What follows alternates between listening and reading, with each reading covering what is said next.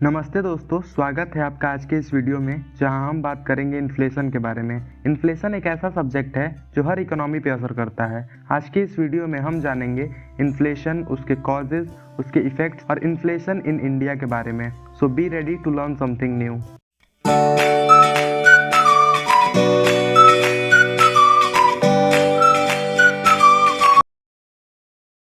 Inflation एक ऐसा हाल है जहां गुड्स और सर्विसेज के प्राइस बढ़ जाते हैं और इसके कारण हमारा परचेजिंग पावर कम हो जाता है। इसका मतलब है कि अगर आपके पास पिछले साल के कुछ रुपए हैं तो वो इस साल कम काम करेंगे। इसको एनुअल परसेंटेज इंक्रीज के रूप में कैलकुलेट किया जाता है। जैसे कि अगर इन्फ्लेशन रेट 2% है तो एक बुक जो लास्ट ईयर 100 रुपए में मिल रही थी उसका प्राइस इस साल 102 रुपए हो जाएगा। किसी एक या दो चीज का प्राइस बढ़ जाए तो जरूरी नहीं कि वो इन्फ्लेशन की वजह से ही हो रहा है। इन्फ्लेशन में ओवरऑल गुड्स और सर्विसेज के प्राइस बढ़ जाते हैं और सेम अगर किसी एक या दो चीज के प्राइस कम हो जाता है तो उसे डिफ्लेशन नहीं कहेंगे।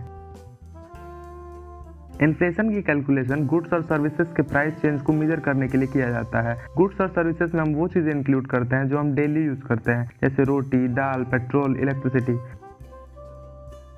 हर साल के प्राइसेस डेटा को कलेक्ट करके करंट ईयर के प्राइसेस से कंपेयर करके इन्फ्लेशन रेट या परसेंटेज को कैलकुलेट किया जाता है। Consumer price index (CPI) inflation का सबसे कॉमन मेजर होता है। इसमें गुड्स और सर्विसेज के प्राइस को मेजर किया जाता है, जिसमें हम पिछले साल के प्राइसेस से कंपेयर करके देखना होता है कि इस साल प्राइसेस बढ़े हैं या कम हुए हैं। इस तरह से हम इन्फ्लेशन का परसेंटेज कैलकुलेट कर सकते हैं। जैसे कि अगर पिछले साल के गुड्स का टोटल प्राइस 1000 रुपये था और इस साल के टोटल गुड्स का प्राइस 1100 रुपये है, तो पिछले साल के कंपेरिजन में इस साल का इन्फ्लेशन रेट 10% है। इन्फ्लेशन बढ़ने पर परचेजिंग पावर कम हो जाता है और हर साल के दौरान प्राइसेस बढ़ने लगते हैं, जिससे लोगों के लिए फाइनेंशियल बर्डन होता है।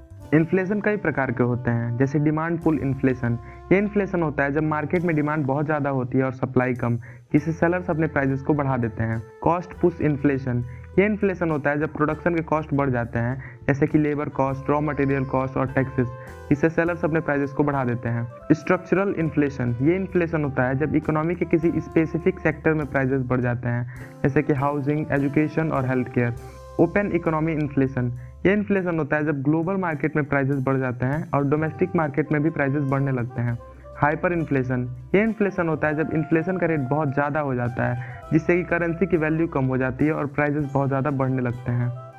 इन्फ्लेशन के फ़ायदे और नुकसान दोनों होते हैं। फ़ायदे जैसे इकोनॉमिक ग्रोथ, इन्फ्लेशन के साथ इकोनॉमी में भी ग्रोथ होती है, जिससे लोगों को नए जॉब अपॉर्चुनिटीज़ मिलते हैं और GDP भी बढ़ती है। ईजी मॉनेटरी पॉलिसी, इन्फ्लेशन के साथ सेंट्रल बैंक्स को इंटरेस्ट रेट्स को कंट्रोल करने में मदद मिलती है, जिससे इकोनॉमी को स्टेबलाइज किया जा सकता है।